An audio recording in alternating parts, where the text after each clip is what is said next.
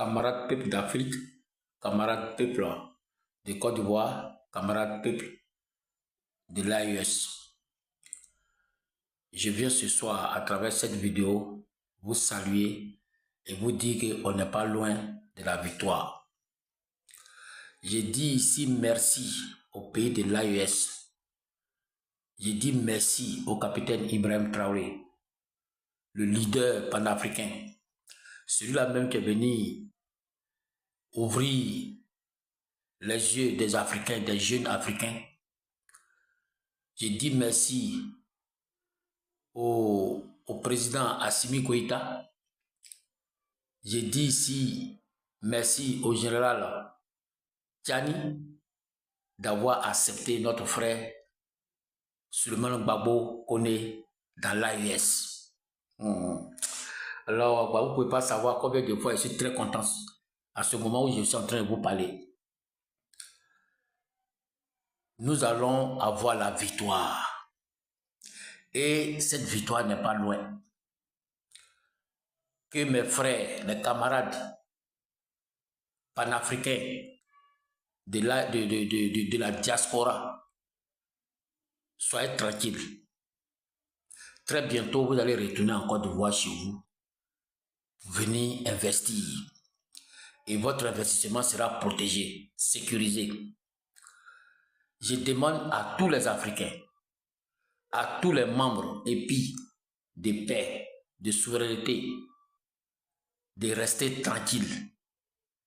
Nous allons avoir la victoire sur les ténèbres. Voici quelque chose qui va se passer.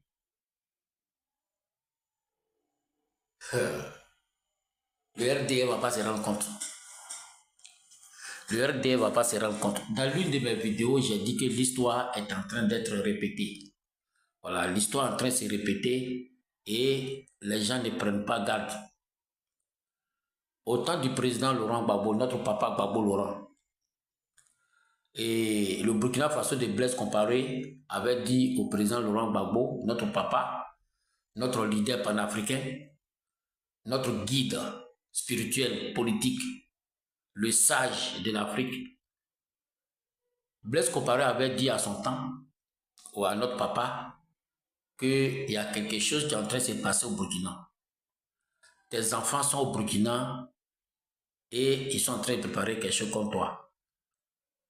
Notre père, Gbagbo Laurent, a pris cette histoire-là comme de l'amusement. Ça dit, de toute façon, son cœur est blanc là. Il a cru que ceux qui étaient en face de lui avaient ce même cœur. Il n'a pas pris au sérieux. Et c'est arrivé. Aujourd'hui, les mêmes choses sont en train de se répéter. Les Ivoiriens sont en train de fuir le pays pour rejoindre l'AES. On ne peut pas les compter. Ils sont nombreux qui sont dans le pays de l'AES aujourd'hui, qui ont trouvé refuge dans le pays de l'AES. On ne sait pas ce qui nous réserve demain. Le RD va se lever un matin dans les chaînes. Le RD va se lever un matin avec les arrêts cardiaques. Alors, le colis dont on attendait, le colis tant entendu à l'aéroport Félix Houphouët-Boigny est atterri au Burkina Faso, le pays des hommes intègres, le pays des révolutionnaires, le pays des Africains purs. Ce colis-là, aujourd'hui, est atterri au Burkina Faso. Vous qui cherchez Gbagbo Koné, tous ceux qui, les ennemis qui cherchaient où Gbagbo Koné était rentré, il avait fui, la justice française le cherchait. Aujourd'hui, vous avez tous les nouvelles que notre camarade, le panafricain, le leader panafricain, se retrouve aujourd'hui au Burkina Faso chez le capitaine Ibrahim Traoré, dit Ibé, le volcan de l'Occident. Alors, le combat devient intéressant. Oui, c'est maintenant, il va bombarder. Donc, je dis ici à tous ceux qui veulent se déplacer pour bien mener leur combat des régions de l'AES pour qu'on puisse chasser ce gouvernement moribond de notre pays. Des étrangers apatrides qui sont venus s'accaparer de nos biens, de nos richesses, puissent un jour se retrouver entre eux-mêmes leur propre filet. Rien n'a commencé encore. Nous n'allons pas laisser tomber cette histoire-là comme ça facilement. Vous pouvez nous emprisonner, vous allez tout ce que vous voulez là, faites. Mais le combat va aboutir. Parce que les gens comme Souleymane Gbagbo Koné sont pleins encore en Côte d'Ivoire, partout dans le monde entier. Oui. Et c'est là la France va mailler son totem en Côte d'Ivoire. Très bientôt. Très bientôt, la Côte d'Ivoire va sortir des griffes du système colon. Ce que je tiens à dire ici aux communicants et à tous ceux qui supportent le RDR, tous les sympathisants du RDR, je suis en train de vous dire que vous êtes du mauvais côté. Ouais. Vous êtes du mauvais côté. Au moment où nous sommes en train de lutter pour sortir du système colonial et créer nous-mêmes notre propre souveraineté politique, militaire, économique, vous supportez l'Occident contre nous. Ça veut tout simplement dire que vous n'êtes pas des Ivoiriens. Vous êtes des étrangers apatrides venus en Côte d'Ivoire pour s'aimer la terreur et tout ce qu'on ne peut pas parler. Mais ça va prendre fin. L'Ivoirien est debout. L'Ivoirien est réveillé. L'Ivoirien est au courant de lui-même maintenant. Et nous allons mener cette lutte-là pour confier notre pays à notre papa Gbagbo Laurent pour fixer les clous. Voilà, c'est de ça qu'il est question. C'est de ça qu'il est question.